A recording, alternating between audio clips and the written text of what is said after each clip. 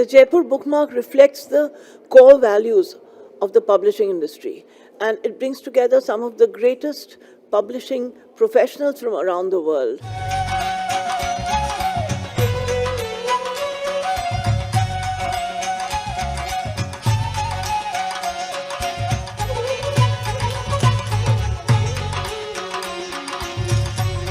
Jaipur bookmark एक ऐसा platform है जहाँ पे कि बिजनेस को समझने का एक अपॉर्चुनिटी मिलता है. So I think JBM is something which is fantastic and people who don't know about it, उनको आना चाहिए, उनको इसका हिस्सा बनना चाहिए.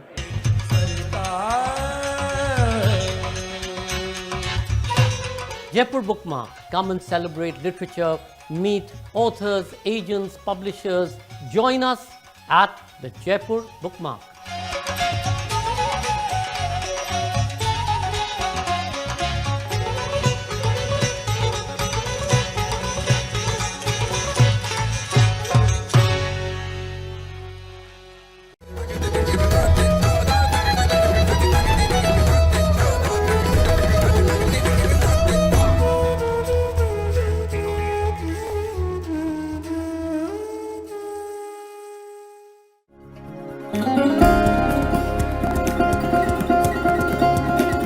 In these times during COVID, when we're all sitting at home, it's sort of like a ray of light that we get to watch these amazing sessions when we can't all be together. It certainly brightens up my evenings. आज pandemic में हम digitally Jaipur literature festival कर रहे हैं और मुझे लगता है कि हमारे सामने श्रोता नहीं है, हम आपस में बात कर रहे हैं, लेकिन उस फील को, उस उमंग को महसूस कर सकते हैं कि हजारों लाखों लोग हमसे जुड़े हुए हैं, हमको सुन रहे हैं और कहीं ना कहीं कोई सार्थक हस्तक्षेप हो रहा है. People who came online to view and listen to our incredible speakers from across the world, we were able to continue in our tradition of ensuring the free flow of knowledge and information.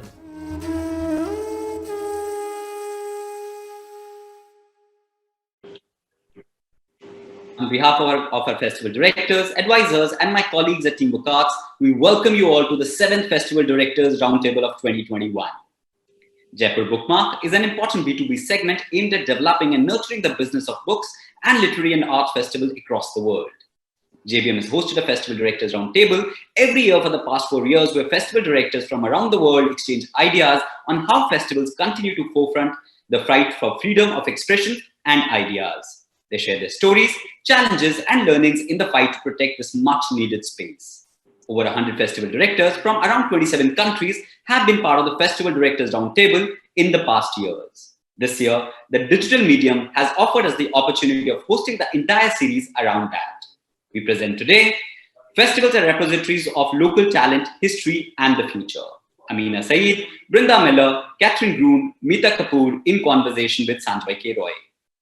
Festivals are repositories of local talent, history, and the future. The lockdown and the resulting work from home has launched 1 million new books. Festival needs to look towards local talent, create a platform for their work, and in doing so, explore local history and crystal gaze into the future to bring in new thinking and solutions to age-old local issues, leading festival directors to deconstruct and discuss ideas. Introducing our first speaker, Ameena Saiyid. Ameena OBE, SI Knight of Arts and Letters, founded a women-owned startup, Lightstone Publishers, of which she is the managing director. She was MD of Oxford University Press for 30 years and is the first woman in Pakistan to become the head of multinational company and president of the Overseas Investors Chamber of Commerce and Industry. She began the Movement of Literature Festival in Pakistan with the Karachi Literature Festival in 2010. She founded the Adab Festival and is co-founder of Children's Literature Festival. She's on boards of IVL Healthcare, Kash Foundation, Quaid-e-Azam Museum, Habib University, Sindh Government Curriculum Council, Institute of Business Management, Pakistan International Film Festival, and Catalyst Labs. She's a member of the Federal Education Minister's Search Committee for the Selection of Scholars on Pakistan Chairs Abroad, a member of the Foreign Minister's Committee of Arts and Culture and trustee of the Wikimedia Education Foundation UK, which gives scholarships to Pakistani students to study at Oxford and Cambridge universities. Our next speaker, Brinda Miller, is a fine artist by profession. Brinda has been with Ghoda Association almost since its inception. Presently, she is Honorable Chairperson of KGA. She is involved in heritage restoration projects in and around the Art District of Mumbai, which hosts the only multicultural festival of its kind in India, the Ghoda Arts Festival.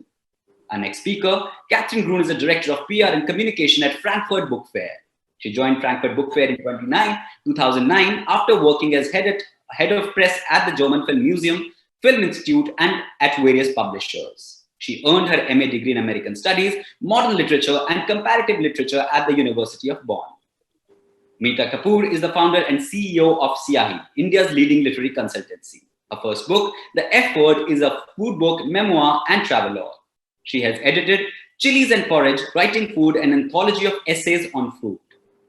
As a freelance journalist, she writes regularly for different newspapers and magazines on social and development issues, along with travel, food, and lifestyle. She has received many awards, including the Femina Women Super Achiever Award in 2018, the Maharani Gayatri Devi Award for Women of Excellence in 2014, and the Karamveer Puraskar in 2009 for her work as a journalist in creating social awareness and for being the best literary consultant in the country. She is the curator of Masala Chowk, a food court in the street food in Jaipur, and was a member of the Executive Council for Jawahar Kala Kendra. She is one of the founders and was the producer for the Mountain Echoes Festival of Arts, Literature and Culture from 2010 till 2019. Mita has conceptualized and produced the Women Up Summit and Soul Connect experiences. She is currently the literary director of the JCB Prize for Literature. In conversation with Sanjoy K. Roy. Sanjoy is an entrepreneur of the arts, the managing director of Team Book Arts, producers of the Jaipur Literature Festival and JLF and 25 other festivals across the world, and is a founder trustee of Salam Balak Trust, providing support services for street and working children in Delhi. Roy works closely with various industry bodies and the government on policy issues in the cultural sector in India, and has lectured and collaborated with international universities. But before we move on to the session, we would like to invite Festival Co-Director Namita Gokhale to say a few words. Namita Gokhale is an award-winning writer and festival director. She is the author of 11 works of fiction and has written extensively on myth as well as the Himalayan region. Her acclaimed debut novel, Paro, Dreams of Passion, was published in 1984. A recent Jaipur Journals, published in 2020, was set against the backdrop of the vibrant Jaipur Literature Festival. Betrayed by Hope, a play on the life of Michael Madhusudan Dutt, was also published in 2020. The forthcoming novel, The Blind Matriarch, is her 20th book. A co-founder and co-director of the Jaipur Literature Festival, Gokhale is committed to supporting translations and curating literary dialogues across languages and cultures. She was conferred the prestigious Centenary National Award for Literature by the Assam Sahitya Sabha in 2017 and has won various other literary awards. Namita, over to you. Dear friends of literature, it's an honor and a privilege to welcome all of you festival wallahs from places far and near to discuss the challenges and the learnings of the last year. Literature is an anchor and a compass, and literature festivals hold together the community of writers and readers. They make books and ideas accessible across cultures and continents. The Jaipur Bookmark and Festival Directors Roundtable reach out to seek and share our conjoined experiences, our observations, our intuitions, our strategies and hard-learned lessons at this moment of enormous change and accelerated new opportunities. I look forward to listening in and learning from all of you. Thank you. Thank you so much, Namita. Ladies and gentlemen, all these virtual roundtables will be available to view on our Facebook page and YouTube channel. We present today, festivals are repositories of local talent, history, and the future. Ameena Saiyid, Brinda Miller, Kathrin Grun, Mita Kapur in conversation with Sanjoy K. Roy. Sanjoy, over to you. Thank you so much, Suraj, and Ameena, Brinda, Mita, Kathrin. Thank you for joining us for this conversation. This last few months, in fact, a year and a half, has been very interesting as we have discussed with various festival directors from across the world the many issues that have sort of hindered or have helped expand our footprints in recent times due to the COVID situation. One of the problems that I think all of us are facing today in festivals, be it literature festivals or any other performing or visual arts festivals, is the problem of how do we make our festival unique from any other festival online? Today, access is not an issue. Whether it's the most famous author or a Booker Prize winner or a Nobel laureate, they're all accessible and available across festivals. So what sets your festivals apart? What is the responsibility of festivals in these ever-changing and ever-evolving times? We understand today that one of the chief things that many of us are fighting against is the narrative of hatred. All of us, in our own individual ways, try to use literature and the arts to be able to give people a perspective not just of history, but a perspective that allows for empathy, allows for understanding, and allows you to listen to the problems of our times.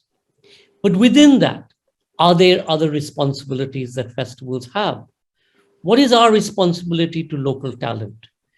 Do we need to nurture them? Are there enough platforms? How do we program those unsung heroes, those unsung writers and performers who need more so today a platform, not just as a means to air their profession or to be able to tell their story, but really a break from the drudgery of so much that we've got stuck into. So I'm going to start straight with Ameena Saiyid, who's joining us from Pakistan, from Karachi. Ameena, what are the challenges that you have faced in recent times in programming your festival, in sourcing a talent from not just locally, but across Pakistan, across the region? Pakistan today is at the center of yet another upheaval with what's happening in Afghanistan. And therefore, what do you feel is the responsibility of your festival in uncovering or providing a platform to air the many truths that we are confronted with? Ameena. Thank you, Sanjoy. I think earlier the major problem that I faced when we were having in-person festivals was actually getting people to travel to Pakistan, because some years ago Pakistan had its own challenges. There were bombings across the country. There was a lot of violent events happening, and there were violent protests, and people were afraid to come. In fact, I remember a British journalist who had come to one of our festivals said that Karachi's answer to bombs is books, which was very heartwarming. So getting people to travel to Pakistan was very challenging. We had to persuade them that we will provide security and look after them.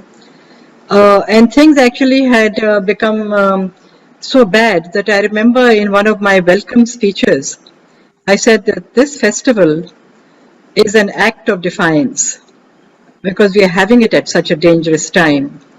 And then somebody corrected me. They said, no, it's not an act of defiance. It's an act of optimism. So those were the challenges that we faced. And of course, there was an issue of visas. I don't know if you remember, Anupam Kher was coming to Karachi, and I was very, very keen. And he had very graciously accepted. And I was delighted because I thought that in Pakistan, he's a very controversial figure. And I thought that if he came here, because I found him utterly charming, and I thought if he came to Karachi, he spoke to an audience and interacted with them, I thought that kind of hostility would vanish if he came face to face with them. But alas, he didn't get a visa. And there was an outcry, and finally he did get a visa, but by then it was too late because he had made other plans. So fortunately, these issues in a way have been resolved by having these festivals online. But I felt throughout that we should get people to Pakistan who have views that may not be popular here. But it was important for them to come and air them and to discuss it with an audience. And that actually worked very well. In every instance, I found that the response was good. Even when, in one case, I remember Hanif Qureshi had come from the UK, and somehow he wasn't very popular, and his manner somehow put people off. But I think, in the course of the interaction, I just felt that the relationship with him and the audience had improved. And I just felt that, it's been worth it. But, throughout my efforts have been to provide a platform for newcomers, to the youth, and also to provide a new audience, not to somehow access people not from the major cities of Pakistan, but from outlying areas, for which I would try and arrange, get sponsors to arrange buses from villages across Sindh to come to our festivals. And that gave me a strong sense of reward. Brinda, Ameena talked about young people. Now, Bombay in so many ways, or Mumbai in so many ways, is really the salad bowl of the new India. You have young people coming with dreams of the streets of Bombay being paved with gold, and them not just making their fortune, but perhaps also achieving fame in Bollywood. And you're also competing very squarely with the larger than life Bollywood image that Bombay sports or Bombay is known for. How do you manage to be able to do that in your programming or reflect that or move away from that?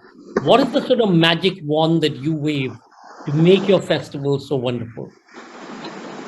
So I think Mumbai has a one big advantage, that all the stars live in Mumbai, but of course that doesn't apply in an online festival, which we had this year. And the big attraction at Kala Ghoda Arts Festival, when it is on ground, is that a lot of people come to see all these actors and actresses who just, kind of mingle with the crowd. They're part of the literature, they're part of the cinema section, they're part of the, workshop section. So it's a wonderful thing. But now that we've gone online, we didn't know how to present them. And I think what we tried to do was something different, which also worked for us, was that we kind of had a lot of interviews with the actors, but it wasn't about Bollywood. It was more about, say, for example, Diya Mirza talking about the environment, or, that kind of thing, which appealed to people because they want to see the same people in a different role online. They don't want to watch a movie of that actor and then have an interview. That, of course, is part of the programming that we did, but it was more about wanting to listen to what these actors and actresses. Also, I think the audience, as you said, is young. Yes, that's true.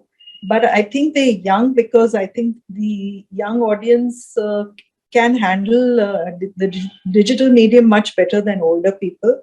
That was a bit of a constraint, I felt, because, a lot of older people told us that they just couldn't log in for some reason. The internet was not, it's a bit like you have a choice when you have a physical festival, that you want to log in and watch it online, or you get stuck in a traffic jam on your way to Kala Ghoda at the physical festival. I much prefer, if you ask me, to be stuck in the traffic jam. But this kind of brought out a new audience, and we found a lot of younger people getting interested in things like classical music, Indian classical music. And I think this online medium has that advantage, that you can reach out to a much wider audience. And as you said, Mumbai is like a salad, or it's like a melting pot. So we had, different kinds of interests, different kinds of, and I think it was a discovery. The online platform was a discovery. But if you ask me, I would go back to the physical one any day. Totally. Absolutely. I think the more we are on Zoom, the more we yearn for that physical contact. Kathrin, coming to you, the world's biggest book fair, where people come from across the world and they come to network, they come to be able to advance business, even if the business is transacted around little rights tables or in their hall spaces. How did you move from being this fabulous on-ground live festival in the last 2 years to becoming a virtual festival? And therefore, what happened to the literature program that you had begun over the last few years, which used to happen in that very beautiful space in the courtyard between the pavilions? Kathrin. Kathrin, you're on mute. Apologies. So yes, as you said, the Frankfurt Buchmesse is a large international trade fair that has also a literary festival. And in pre-pandemic times, we attracted some 300,000 people on the premises in Frankfurt in the book fair week, and we had about 7,000 exhibitors coming to Frankfurt. And so that all we faced a major challenge, of course, with the pandemic in March 2022, and we had to transition into a digital both trade fair and festival. And I think one of our biggest aims was to really connect this international community online. So that's basically what we do in Frankfurt in the book fair week, is to bring everybody together, to have this huge gathering, to have the networking, to have the rights saved and everything flourishing and booming, and to sort of transcend that into digital. And we did two things. One thing is we concentrated on putting together a digital trade program that would entail a conference, that would really entail like the business coming together and having possibilities to exchange, also to do networking sessions. And we also transferred our book fest into digital. So we had a full Saturday full of program with international stars like Margaret Atwood and Edward Snowden and many other international stars, of course, participating. That was on one day, and that attracted 1.5 million users throughout the world. But the way to that festival was quite, as you all experienced, it was quite a challenge, yes. Totally, in terms of numbers, is just so fascinating. I mean, I was looking at our monthly report from JLF, our Jaipur digital series, which is going on online, Kathrin. And you know, in physically, of course, international viewers to Jaipur used to be the United States, then UK, then Australia, Canada, Singapore, Hong Kong, UAE. In more recent years, it was Dubai. Digitally now, and for the 2020 Jaipur festival, we had 27.8 million viewers. But the present digital series, do you know what's the third largest international viewership from? China. Our fifth largest international viewership is from Indonesia. Our sixth largest international viewership is from Uzbekistan. I mean, why Uzbekistan? I have no idea. And our fourth is Germany, and Germany in the main festival never used to register. So it's absolutely, it's so interesting in the sense that our festivals have been able to expand its reach, and so bewildering in terms of, so who's the festival for? I mean, we don't know Uzbeki audiences. We don't understand China audiences either, but they're coming to view. But I'll come back to that. Mita, again, in terms of challenges, you have been at the pioneer of that. You set up the whole translation program side by side with Jaipur at the Literature Festival. You set up Mountain Echoes in a completely different part in Bhutan, not necessarily known for literature or for literary content. You had no idea what you were doing, and yet you were able to establish a really successful brand, Mountain Echoes. Tell us a little bit about how you were able to turn that around, be able to address the local communities there, be able to eke out new writing from Bhutan and the changes that you saw during the course of the festival? Thank you, Sanjoy. Can I just say one thing at the start, which is very unconnected from Mountain Echoes, is when I was watching the JLF video playing, there was this heartbeat that kind of just went up, and there was that yearning for that same energy and the same pulse, and I was missing JLF so much. And I was just kind of recounting everything, even the dust arising from our feet when the crowds thronged that area of the palace, just to say that you and JLF are being missed even more right now as I speak. And while I'm sitting in Jaipur, it becomes even more difficult for me to know that, we missed 2020, 21, and yeah, we know that something of a hybrid festival will come up next year. So that's like praying for you, Sanjoy. More power to you. Having set up Mountain Echoes, I'll be very honest and unashamedly admit that the first look I had at my very first venue, which was the Tarayana Foundation, can you believe it? It was through 2 tiny glass panels, and I just had a peep of the hall. That was my first access. And it was just like, okay, we'll do it here. It was, I didn't have the chance to go around and understand the lay of the land or look at the amphitheater inside the Tarayana Foundation. Similarly, the first trip to Bhutan, I was introduced to Kunzang Choden, who was the only and the first woman writer to be published outside of Bhutan in different European languages. I met a couple of other writers from there, and my first meeting with them, I sensed their ferociousness to guard their culture, their loyalty to their country. I sensed the deep commitment to their storytelling traditions, which is quite oral like ours. I also sensed a reticence to speak about their work. So for me to dig out and to discover local representation, people who wrote who followed their local literary traditions, their dialects, even to work with their translations was extremely, it wasn't that they were lacking in content. It was just the basic shyness and the humility they have as a people to speak about their work, which was more of a challenge for me. So, it was like a constant chiseling with that kind of a tuck, tuck, tuck, tuck, tuck, very gently telling them it's okay to speak about your stories. It's okay to speak about your book.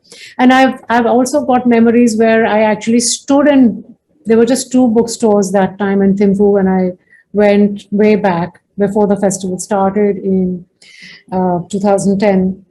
My first couple of visits, I would stand and, kind of literally go bookshelf by bookshelf and pull out books to see, and then try and contact the writers through various people, and then meet them physically and convince them that they need to speak. And the very fact that Her Majesty Ashidoji Wangmo Wangchuk, the Royal Queen Mother, was the patron of the festival, is still the patron of the festival, was going to be very much a part of the festival, would make them even more, would really quieten them down. So for me, it was just not discovering their storytelling traditions, their various languages, their literature in Dzongkha.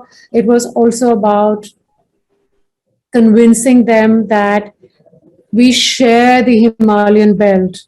We share a lot of common denominators within our living cultures. Our mythologies, our oral traditions, just to name a couple. That exchange of ideas, that exchange of creativity, the cultural osmosis will only lead to further enriching of our writing traditions, our speaking traditions, even poetry and what have you. And it was just a slow morphing and opening them up. But it led to us discovering the most delightful storytellers, the most delightful talent in terms of music, in terms of theater, in terms of even visual art. So we went multi-pronged. We kind of etched away at discovering talent from all fields of the aesthetics. And that is how the festival just slowly grew. At a point in time that after 4 years or 5 years, maybe, yeah, the halfway mark, I could proudly say that we had doubled or tripled the number of Bhutanese people speaking at the festival from different fields. And I had consciously worked at making sure that they were, like, if there were 80 speakers at the festival, at least 60 odd would be from Bhutan, from all over Bhutan. And just the other 23 would be from India and the international community. So we did have a healthy smattering of all kinds of voices. Yes. I mean, I'm going to hold that thought there because I'm going to come back to you, Mita, in terms of the changes that you saw in the society, not just about the shyness, but, about the importance of knowledge, but hold on to that. Brinda, Mita in the beginning of her answer talked about, peeping into the location through these two panels. Location, and as all of us know, is one of the cornerstones to the success of any festival.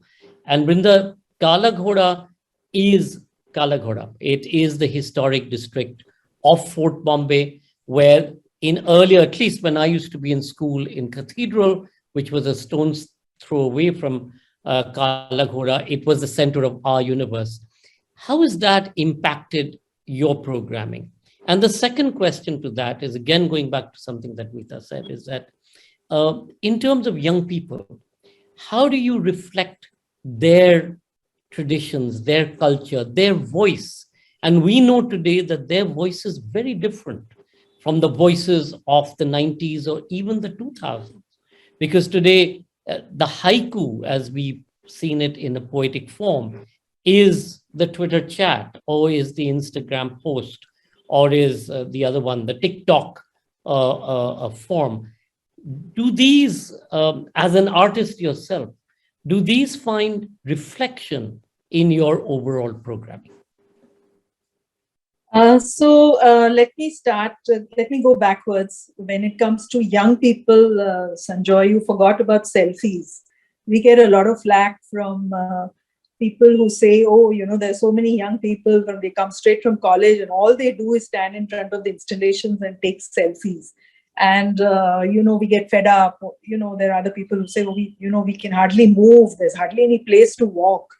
But the point is, I think that is the success. And if you take selfies and if you post it on social media, which is what a lot of young people want to do nowadays, is that it's a memory that you have forever. And otherwise, the older Kala Ghodas or earlier Kala Ghodas, we hardly had any so many memories. We used to have a professional photographer who would, kind of take pictures and put it in the newspapers. I think social media has made that huge impact on young people, and they are drawn to the festival for that reason.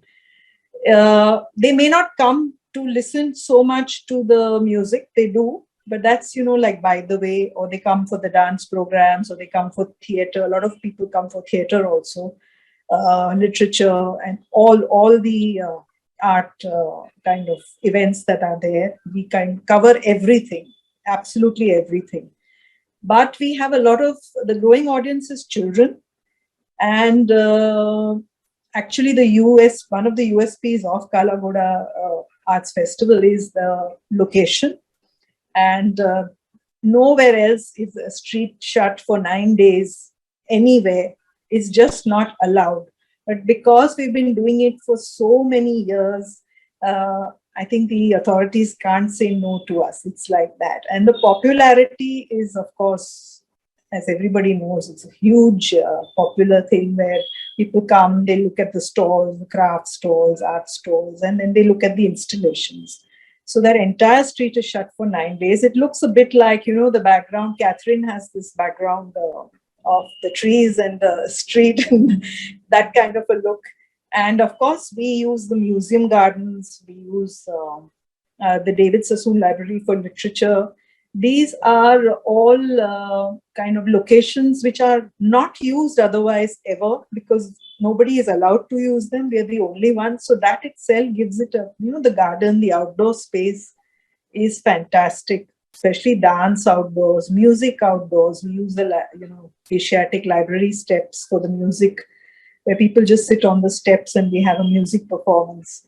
So we are the only festival that is allowed to do that. And that's the reason why also it's such a success, because the energy is fantastic. It's young and it's getting younger and younger and younger. In fact, old people complain that, we can't come to the festival anymore because they get pushed around. And earlier we used to worry about that, but now we're not worried. We just said, just whoever wants to come, please come and please enjoy yourselves. And everything is for free. So that's the best part, You get the most fantastic Bollywood performance, and it's you don't have to buy a ticket. You just have to wait in a long queue, perhaps. And of course, many people are willing to do that. And you get to see the best of the best. And a lot of performers also are extremely good about it, because Mumbai is a very giving city. Actually, the audience is fantastic, and so are the performers. They know that we're doing it for free. I mean, they know that we're doing it for the people. So, the energy is good, everybody's smiling, and everyone is happy. Kathrin, Brinda and Mita both talked about young people and about how that is a focus and a very important focus. Now, I know at the Frankfurt Book Fair, I've strolled through many of the places where you've got so much of work around children. Is that also reflected in your literature program? Is there space for young writing, for sci-fi writing, for young adults, etc.? Yes, thank you. We do have programming for the younger generation, of course, as they are incredibly important to us. And we have a program for young authors that we have launched a couple of years ago, and we also transitioned it into digital. And we had we were extremely pleased with receiving so many submissions for it, and for really having the people engage with this contest that we had from Frankfurt Book Fair. And of course, also at the Frankfurt Book Fair, at the festivals, we see that the young people are really coming in droves to see their stars, to engage with their. We invite YouTube stars and influencers and TikTok stars, and of course, in the past years also the cosplay has been a huge part of the Frankfurter Buchmesse on the weekend, with the German cosplay championship taking place at Frankfurt. So we have a huge number of young people coming to the fair, and of course we are working on engaging them in programs as well. Do you see the Frankfurt Book Fair for 2021? How is it going to be? Again, a digital offering, or has it already been a digital offering, or is it going to be part of it physical? How are you seeing 2021 and 22? Yeah, so the Frankfurter Buchmesse 2021 will be our 73rd Frankfurt Book Fair. So, and it's shaping up quite well. Right now we are planning to have it on the premises in Frankfurt. It will, of course, be a smaller fair due to the hygiene restrictions that we have in place, of course, because that's our first aim, to have a really safe event for everybody. But we do have, it will be, we have a huge stage in the historical Festhalle at Frankfurter Buchmesse, where we have a program for the entire week. And we have exhibitors from over 60 countries coming to Frankfurt this year. Many of them will also man their stands with people who are already in Germany. So they might not travel to Germany, but they already have the embassy or staff from the consulats who are actually taking care of their stand. And so we will also have digital. We will not do the Frankfurter Buchmesse without digital. So this has become an integral part of our programming. So all the literature program will be live streamed, so you can view it from all over the world. And the trade program will take place a little in advance of the Frankfurter Buchmesse, so people will have time to use Frankfurt to actually meet and gather and do all these important things. I'm going to come back to you about how new festivals, at least in Europe, are doing this 24-hour round festival. I'll come to you. Ameena, I hope your internet is stable again. You know, I think one of the most fascinating things about Pakistan today is the quality of writing that's been coming out, especially in the last decade or so. Many of your writers have really achieved huge success internationally. But tell us a little bit about the different languages in which people are writing and about the situation around translation that you're seeing across Pakistan and the access to these stories that otherwise don't find a space, in festivals. Ameena, you're on mute. Sanjoy, you're absolutely right. I think the scene for creative writing especially is very vibrant in Pakistan. And many of our young authors are now globally known, people like Umar Shahid Hamid, Kamla Shamsi, Mohsin Hamid, and so on, Hanif Qureshi. But, I'm delighted to say that a lot of young authors are emerging, and they are really writing some very original and captivating books. There's a lot of writing happening in Urdu across Pakistan, particularly, of course, from Karachi, but also from the Punjab. A lot of novels being written. Unfortunately, the scene with regard to translations, I think, could be better. I mean, I know of a Baloch writer in Quetta who has written over 100 novels in Baloch. And unfortunately, not one has been translated. So I think that's why we really need to work very hard. Because I think it's really translation that makes, that makes writers known internationally, and that gives them a wide audience. I mean, I can give the example of Quratollah and Heather, my aunt, who all her life she would not allow her books to be translated. And it was only very late in life when and even then she translated them herself, before I think C.M. Naeem or somebody else was allowed to do that. I really feel that she would have got some international literary prize had she allowed her books to be translated. So while the scene is very vibrant here, I think those writing in English are very well known across the world. And unfortunately, those writing in other languages, Sindhi, Punjabi, Baloch, Urdu, are less known, which is sad. And I do feel that translation is something that we need to focus on. Mita, you've been at the forefront of translations. I mean, not just as the director of the JCB Prize, but really the first initiative that you took in CII. Your agency, the CII agency, also looks at translations in a big way. Tell us a little bit about how that's progressed and how do festivals sort of handle translations in today's day and time? Is there enough of a platform? Should there be a growing platform for these translations, for these new voices that are emerging because they haven't been translated into a language which is accessible? Sanjoy, it's strangely reminded me of the first translation initiative we took as Translating Bharat, which was one of the most enriching learning experiences where we brought translators from the world over and from India on one platform in Jaipur and put them together with publishers and with other market forces to discuss not just quality of translations, but also what can be done to further branch out and proliferate. What I feel is happening, especially in the Indian context, is a lot of good work is happening in translations in different regions of the country. It's again the richness and the diversity that we have also becomes a challenge for us. It's because, let's say, people are writing fantastic literature in the northeast of our country, and for them to have access to mainstream publishing and make sure that people are scouting for that literature.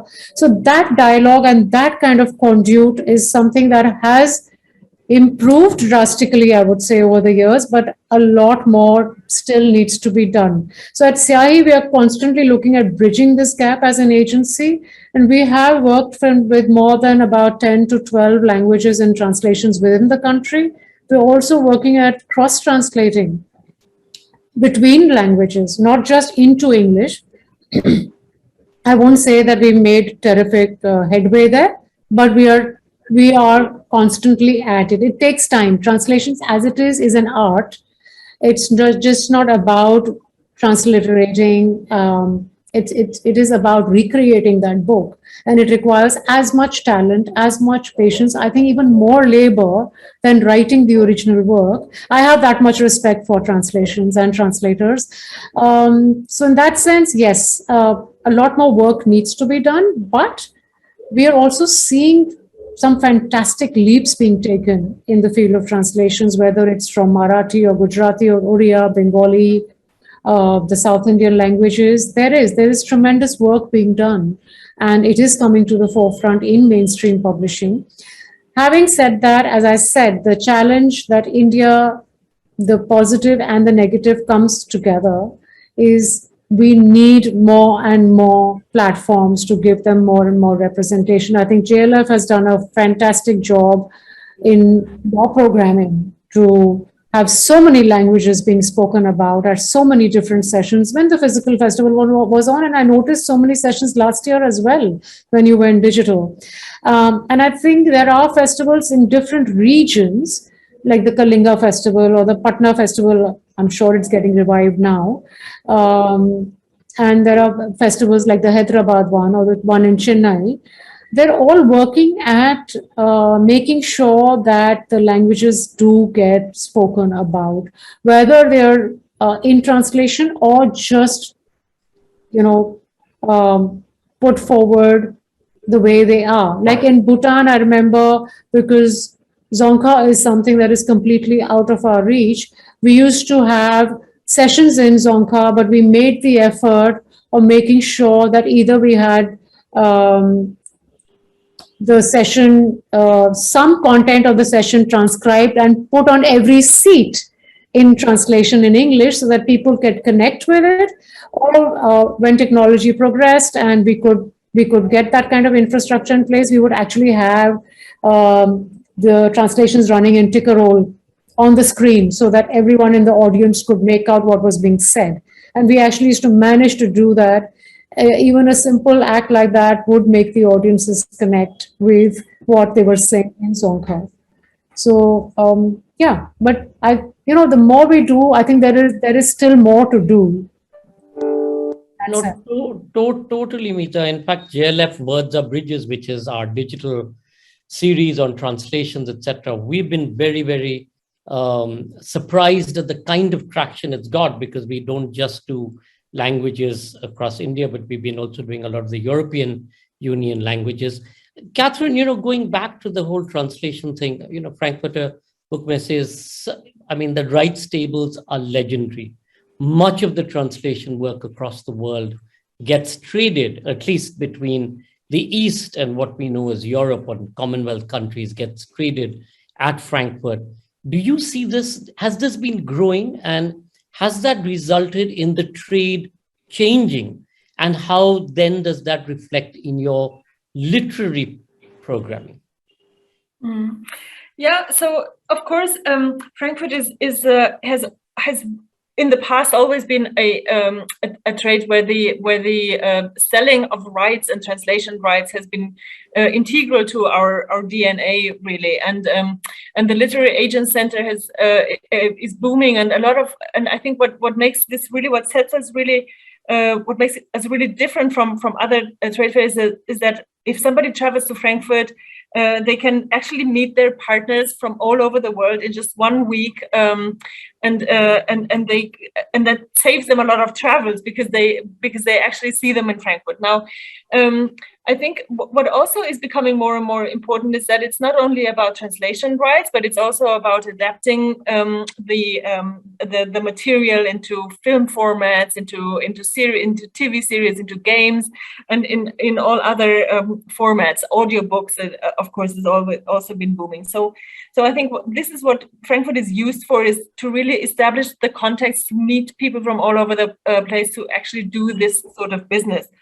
And we have always been encouraging, and we've set up a lot of programs also for literary translations, or for translations and conferences and all that, to sort of to support this important field of business. And in our program, of course, we have a lot of international authors who are coming to Frankfurt because they know they have the German readership, or because they know they are promoting their books also through their visit in Frankfurt. And we have also, on the trade side, there are quite a lot of programs for literary translators.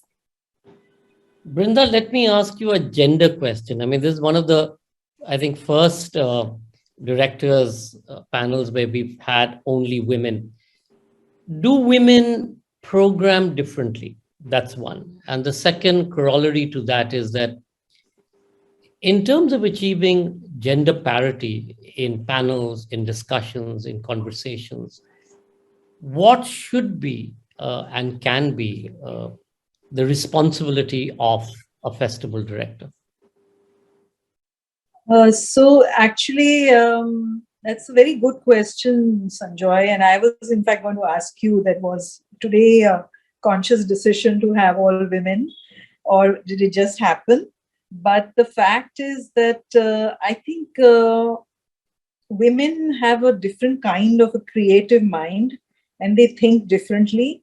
I think they're more sensitive to certain issues, and that's the reason why they also, I think it started many, many years ago with women having more time. It's no longer like that, but yes, it was like that. That's why they kind of volunteered to be part of the festival. I began like that. I was a volunteer for quite a few years. No, never mind, quite a few years. I'm still a volunteer, actually.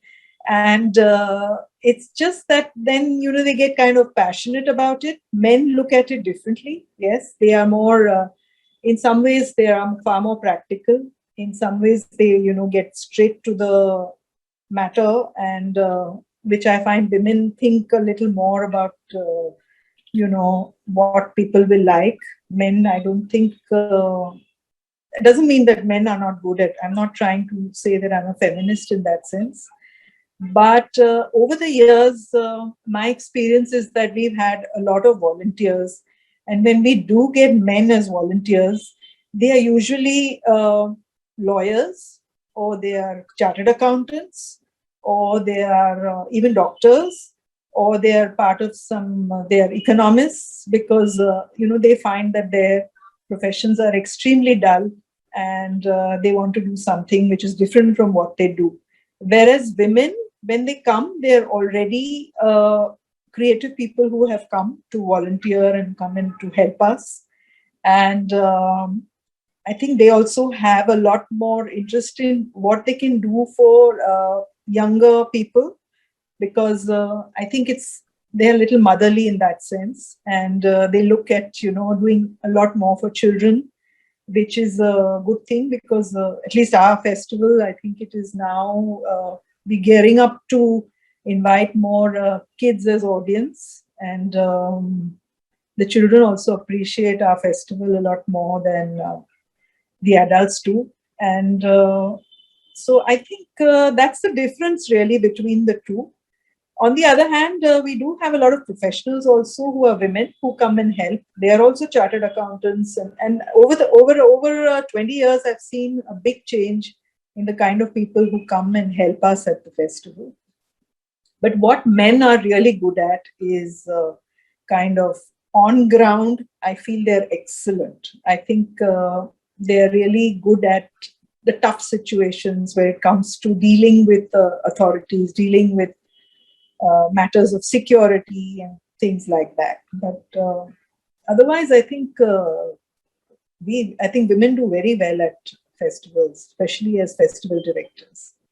And I'm not praising myself. I'm just saying that generally. So. No, it's fascinating because, we've seen, at least in Jaipur, that we have as many, in fact, we have more women colleagues who actually look after everything from law and all the issues with law, which obviously we have many, as well as with the police and security. And they tend to have a completely different way of handling it, and perhaps being able to pour oil on troubled waters in a slightly different way than men and some of our male colleagues. So it's very interesting to hear you say that.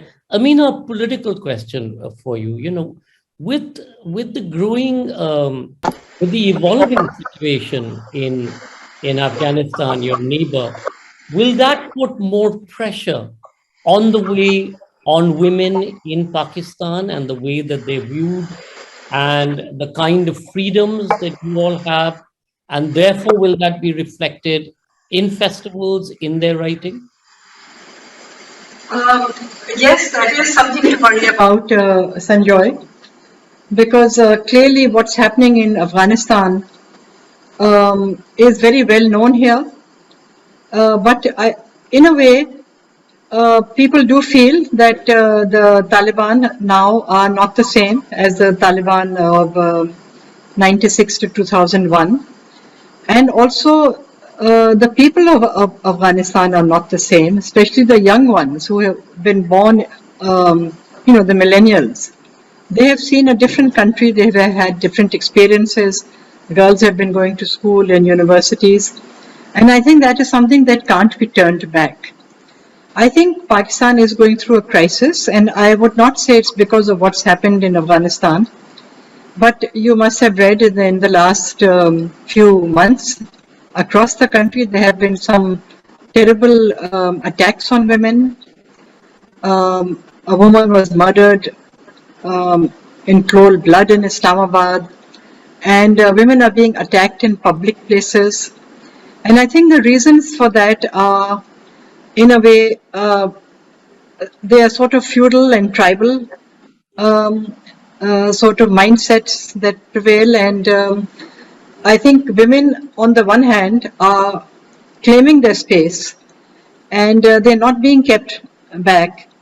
As you know, the Aurat March has proved to be very powerful and very popular, but every time it is criticized and attacked. And yet every year it gets bigger, and it is happening in more and more cities. So I think women now in Pakistan cannot be held back. I know they're going through a difficult time, but they are claiming their space and they're resisting. And I think, in a way, rather than the status of women impacting in Afghanistan, impacting the status of women here, I have a feeling there's going to be some impact, from Pakistan to Afghanistan. I think it's the status of women and how they are, despite all the odds, they are holding their positions. I think that's going to have a very positive impact on the status of women in Afghanistan. Mita, it's not that women aren't attacked in India. Now, wearing your GCB director's hat, have you seen an emerging new kind of voice which looks at LGBTQ, the whole transgender movement, and of course women? And within your system in the JCB Prize, is there an effort to balance or at least bring about gender parity, or is that not a concern at all? And is it just excellence in writing? The writer is looked at in terms of the voice, the plot, how the book is reading, and whether or not it's a translation. I think it is more on the excellence of writing and more, it's not about balancing the long list or the short list with women and men being equal, because the basic principle of the prize is to award excellent literature. It's not about awarding excellent women writers or excellent men writers. And personally, I feel as director and as a literary agent also, in all my various roles, I've uh, always fought for human dignity first. The individual is more important. It's not about the binary situation. We need to get more gender fluid. We need to step over and above this binary argument, because as much as there is a place on the table for men, as much is there a place for women as well. It's not that we never had that place. We have that place on the table. It is ours. And we don't need to raise our voices to stake a claim at it. It is ours. It is for us. What I'm seeing in terms of more and more themes and stronger voices coming from women writers, yes, definitely there is a soaring of imagination. There is a vast exploration of different themes coming from different regions of the country. So I feel that the representation is more rich that way, that there are just not certain states being represented, but like this time we've had writing coming to us from over 16 states. It may be translations, it may be in English originally, but the point is representation and inclusivity has happened from more and more states, and more voices are getting heard. So that is what we are looking at. And it's, yes, of course, I really would want this whole gender debate to be more fluid and more inclusive. And we need to rise above the whole binary argument. Kathrin, Mita talked about representation. I mean, India is like Europe, hundreds of different states, different cultures, different languages, different dialects. Do you make a conscious choice to be inclusive, representing all of the different languages or as many of the different languages and dialects at the literature program, at the Frankfurter Buchmesse? How do you manage the contradictions? Because finally, Europe today is also continuing to evolve. The European Union is continuing to evolve. Members are leaving, members are joining. There's strife, there is war in your neighborhood, or there's always some kind of tension. How do you manage that at the fair in the literature space? You're on mute, Kathrin. Yeah, thank you, Sanjoy. So I think in Frankfurt this year, the main program is under the title, How Do We Want to Live? This is a question that we all ask ourselves, facing all these challenges in all fields of life. So the question will be in all the literary programming and also in the panel discussions is what choices do we make? How do we how will we live more? How will we be more?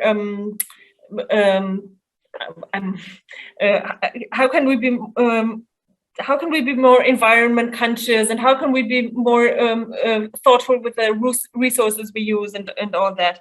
And of course, the language, in fact, in the digital programming, it will be mostly in German and English, of course, because these are the languages who have crystallized to be widely understood. But we do, as Frankfurt, you know that we in normal years we go at about 17 to 20 book fairs worldwide, and we have the German collective stands in many countries worldwide. And what we have in the past we have done is we always have the programming that is made at the international book fairs is always to match a German author with the regional author, and to really have engaging dialogues between the countries, and to bring all these different people together, and to actually discuss all the things that are important to in their regions.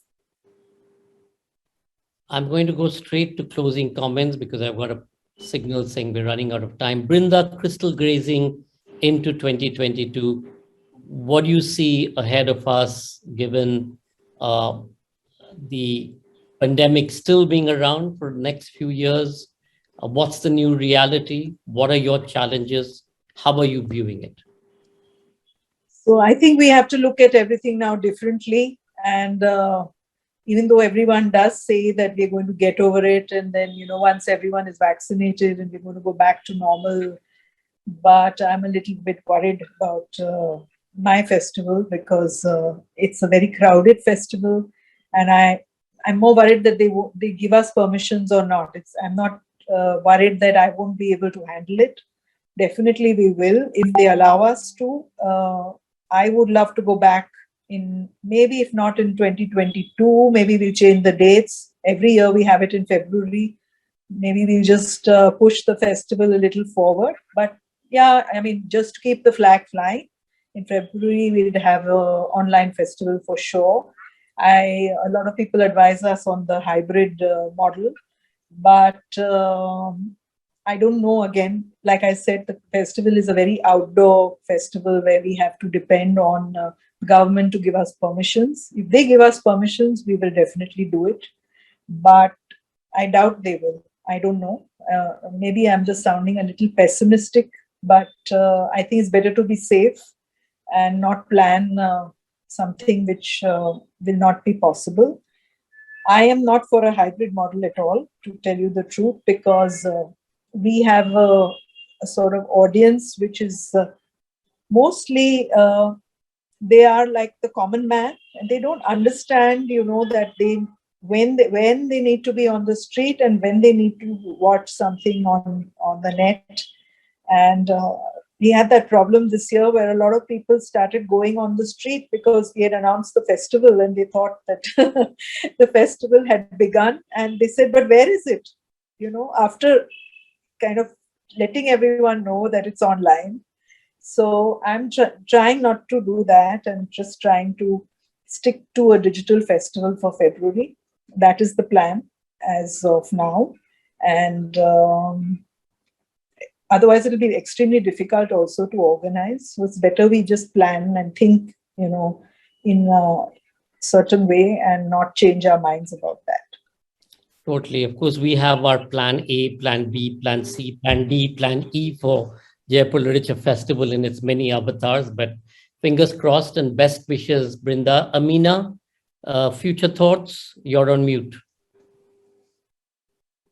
Well, Sanjoy, actually, I'm very excited because in November, I am planning, or actually we'll be having a collaboration with the Bradford Literature Festival. So Adab Festival and Bradford Festival are organizing an online, well, it'll be hybrid in the sense that the speakers will all be, in a physical space, as will the audience of that village or town, wherever it's held. But hopefully in the international audience, Bradford Literature Festival's audience and other festivals' audience, they will attend online. And I'm very excited because this time I'm not organizing the festival. Neither is Saima, Aslam or Bradford. We've actually trained for the last 3 months. We've been training 10 women, 5 from the UK, 5 from Pakistan, and from areas like, Bhakkar, Liari, Ghoda, that are not the sort of, predictable places for festivals. And we have trained these young women to organize their own festivals for their own audiences and get their own artists and speakers.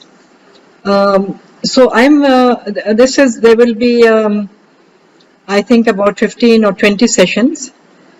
And I'm very excited because I just feel that we have to make festivals a movement across Pakistan. And not just focus it in Karachi, Lahore, Islamabad, which is what we've been doing, but go to remote areas where an audience from that area can attend it. And I'm also very excited that we are going back to a festival in London next summer, and my partners in London are confident. They feel that in June we'll be able to organize it effectively. For the other festival in Karachi, I'm less confident. We normally have it in February, but my plan is to have it at the end of the year, in the winter of 2022. Hopefully by then we will all have been vaccinated and it will work out. So that's the plan. Ameena, we'd love to welcome some of these young new directors who you've been mentoring in the next directors roundtable. So do please share whoever you feel can be part of that, both from the UK and from Pakistan. And we would love to welcome them, hear their voices as well.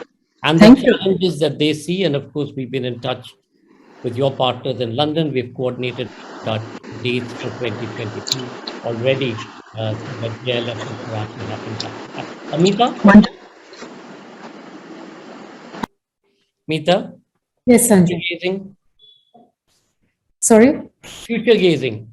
Future gazing, I would really like to let everyone know that, echoing what Ameena has just said, we have handed Mountain Echoes is now called Bhutan Echoes, Drukyel's Literature Festival.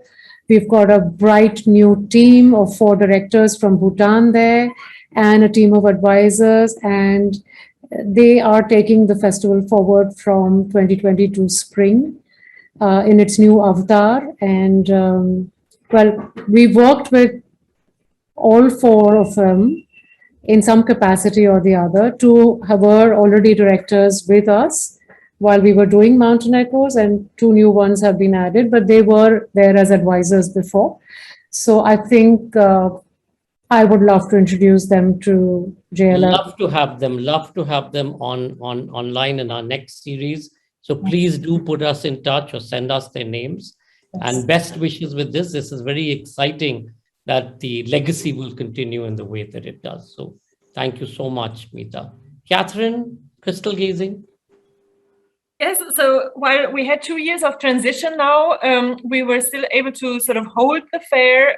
We had a smaller fair last year in the Festhalle with a lot of programming, and we had our book fest in the city and digital programming. And this year we are aiming to have the fair again on the fairgrounds and the physical program in the city of Frankfurt. And we do actually look into the future, and we do, I'm pretty convinced that next year in October 2022, we will be able to welcome everybody back in Frankfurt. And I do hope that things have gone back to normal then, and that we will also expand our literary festival throughout the city and in the region of Frankfurt. Well, best wishes with that, Kathrin. Look forward to being there and continuing our dialogue. Kathrin, Mita, Brinda, Ameena, thank you so much for being part of our Directors Roundtable and our ongoing series. We look forward to welcoming all of these wonderful people that you've talked about back on the next roundtable. More strength to each of you. And as Brinda said, women tend to do it differently. Totally true. Best wishes. Thank you, and have a wonderful, wonderful week. Suraj, over to you. Thank you, Sanjoy. Thank you, Kathrin and Mita, for such an excellent session. Thank you, Sanjoy, for staying so very well. And thank you all for watching and being a great audience. We hope you all enjoyed this conversation and will join us for another such roundtable where directors of the world will join us to discuss and share their views. Thank you once again, and see you soon.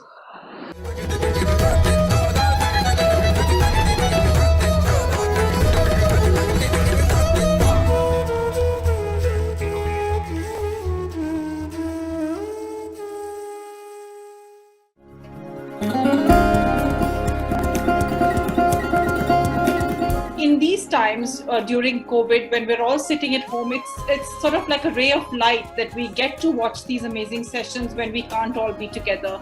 It certainly brightens up my evenings. आज pandemic में हम digitally Jaipur literature festival कर रहे हैं, और मुझे लगता है कि हमारे सामने श्रोता नहीं है, हम आपस में बात कर रहे हैं, लेकिन उस फील को, उस उमंग को महसूस कर सकते हैं कि हजारों लाखों लोग हमसे जुड़े हुए हैं, हमको सुन रहे हैं, और कहीं ना कहीं कोई एक सार्थक हस्तक्षेप हो रहा है. People who came online to view and listen to our incredible speakers from across the world, we were able to continue in our tradition of ensuring the free flow of knowledge and information.